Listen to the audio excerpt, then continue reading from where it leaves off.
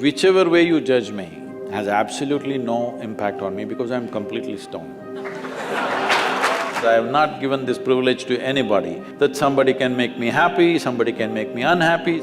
Any moment we could be doing something wrong, so we listen to everybody. But what they say will not determine how I am.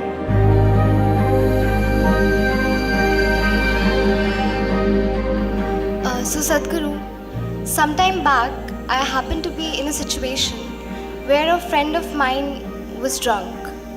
So when she was in the drunk state, she was repeatedly saying that please don't judge me as I'm drinking, please don't judge me. It is… but she has lost her judgment, but she doesn't want you.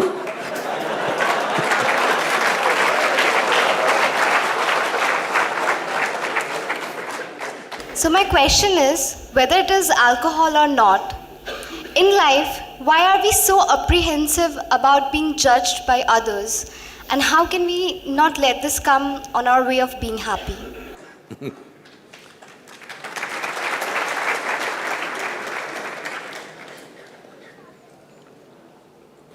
Look at me. See, I'm always stoned.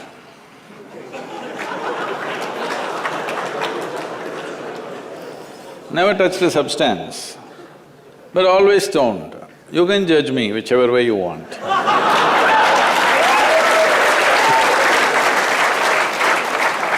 Because one thing is, I'm stoned in such a way that I have not lost my judgment at all.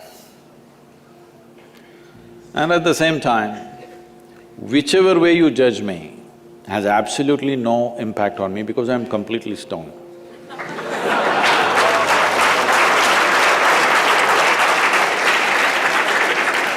Having said that, why this consumption of alcohol and drugs is growing the way it's growing in the world is, this is because the heavens have been collapsing. Yes, I was in Bangalore just 3-4 weeks ago. There were over 8,000 people doing a 2-day program with me. And just casually I asked, how many of you think you will go to heaven? Only 5 hands went up. Then I asked, are you all the hell people? No, it's just that both heaven and hell have collapsed in people's minds. This is the first time in the history of humanity that this many people in the world can think for themselves. Otherwise, your priest, your mullah, your pandit or a book was thinking for you. The first time that so many people can think for themselves. Are they thinking right, thinking wrong? There are many issues about that. But they're thinking right, thinking wrong, but they're thinking. So all illogical things are naturally collapsing. Still, this generation has not fully walked away from it, still there is fear. They can't openly say, there's no goddamn hell or heaven. They're still fearful about it, but they're trying to make a little heaven for themselves here. So, hey, wait. So naturally, when they're not able to do it for themselves out of their own intelligence, they will fall back on chemicals.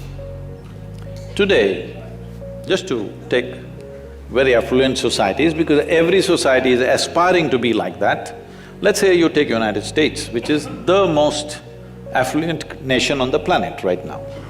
70% of US population is on prescription medication. Another 30%, of course, buying it off the back streets.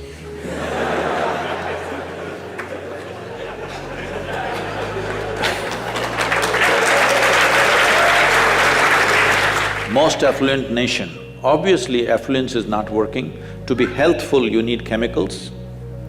To be joyful, you need chemicals. To be peaceful, you need chemicals. To be ecstatic, of course, that is ecstasy. So, I'm not even looking at it morally. It's never a moral issue for me. If 90% of this population right now is on chemicals, believe me, the next generation that we produce will be a generation which is much less than us. If we produce a next generation less than ourselves, we have committed a crime against humanity, because the next generation must be at least one step ahead of us, otherwise we've lost it. We've lost the entire process of civilization when we produce a next generation which is actually less than us. So, we are heading towards this rapidly. Unless we teach individual human beings how to simply sit here and be blissed out. Stoned enough or no? Just look at me. But am I conscious enough, alert enough, clear enough? If there was a way to intoxicate yourself without losing your judgment, without losing your awareness, without losing your intelligence, it's a great thing. Intoxication is a fantastic thing. Only problem is, it takes away your judgment, it takes away your intelligence, incapacitates you. That is the problem, isn't it? Is it true? Ask anybody, you're not in the medical sciences, but ask anybody, is it true that this body here is the greatest chemical factory in the universe right now? The universe that we know at least? Only problem is you're a lousy manager. If you know how to manage this, you would be like me, always blissed out. Anybody can say what they want, anybody can do what they want.